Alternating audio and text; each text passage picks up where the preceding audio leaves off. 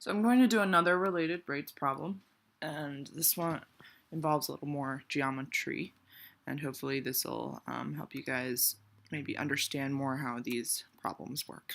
Okay, an inverted conical container has a diameter of 42 inches and a depth of 15 inches. So I'm going to draw that really quickly. An inverted cone, that's a cone, believe it or not. Okay, here we go. Has a diameter of 42 inches, and I'm just going to rewrite that right now as 21 inches because I know diameters don't do me any good, and a depth of 15 inches. So the depth of that cone is 15 inches.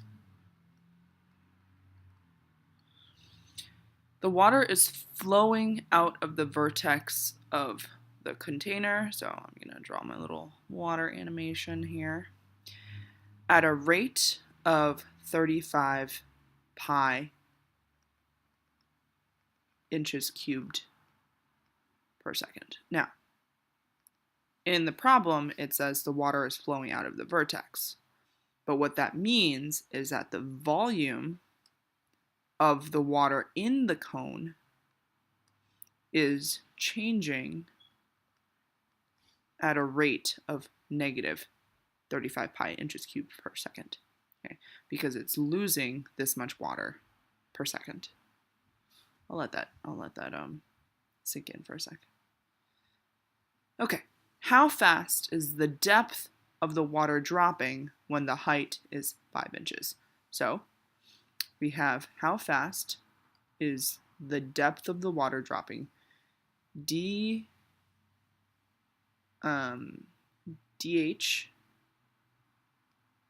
dt. So I'm going to call this the h, when h equals 5. All right, so right there, I redefined the word depth in relation to my picture, just like I redefined volume in relation to my picture.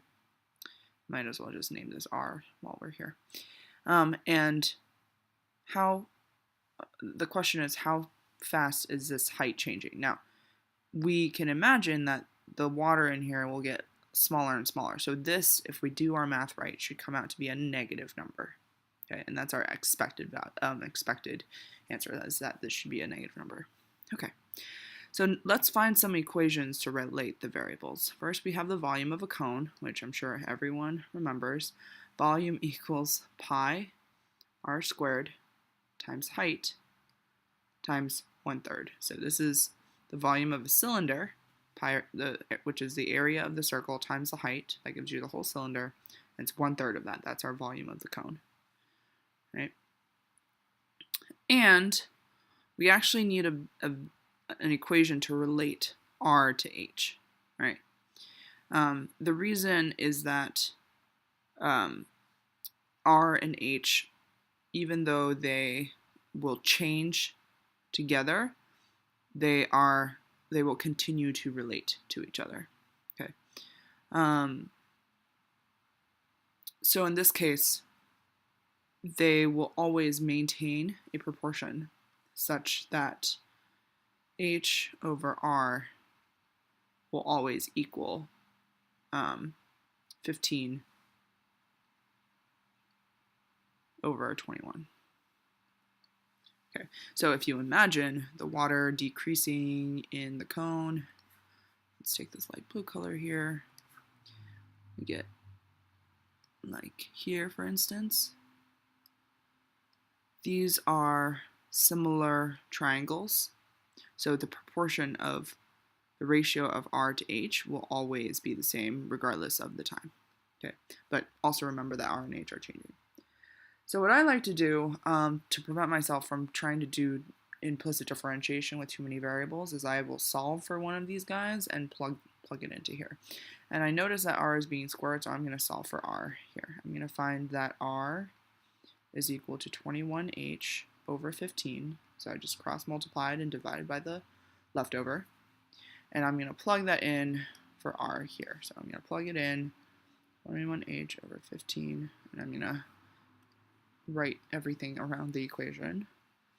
Pi pi times r squared times h times 1/3 is equal to v. And here we have pi is equal to 21 squared times h squared. This is making it rain. 15 squared times h times 1/3. V is equal. Now, I'm just going to leave all these coefficients in front when I take the derivative, so I'm going to clean this up.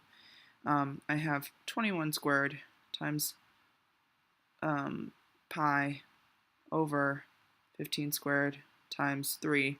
We'll simplify that at the end. And times h cubed. That's equal to v. Now we're going to take an implicit differentiation, and there's only a v and an h, so it should be pretty straightforward. But remember, we have to take the derivative of both sides with respect to t, d dt. So you will have dh dt written somewhere and dv dt written somewhere. Okay, so the left side is just dv dt, because the derivative of v is just 1 times dv dt,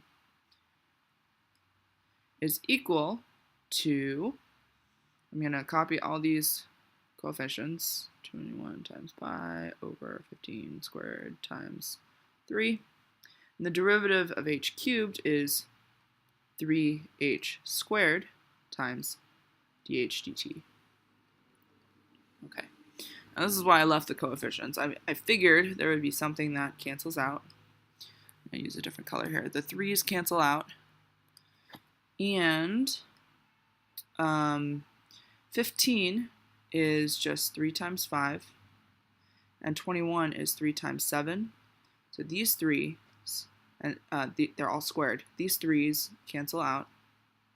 So, and here we just have left over 49 over 25 pi times h squared dh dt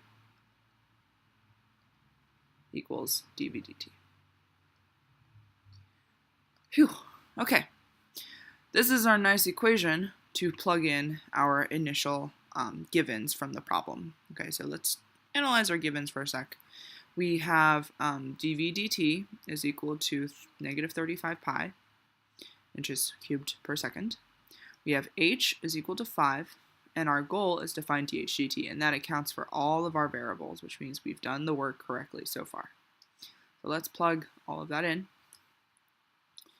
dv dt is negative 35 pi equals 49 pi over 25 times h squared, which is 5 squared, which is 25, times dh dt.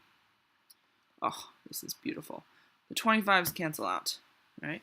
And now let's just solve for dh dt. dh dt is going to be negative 35 pi over 49 pi. Okay, and I'm going to solve it to the left here. 35 is 5 times 7. 49 is 7 times 7. So that means the 7's can cancel out. So we have negative 5. Oops, and the 5's also cancel out. And the pi's also cancel out. So negative 5 sevenths. So our final answer is dh dt is equal to negative 5/7 inches per second. Remember at the top we said that we expected dh dt to be a negative number. It is indeed a negative number, which means we did our work correctly.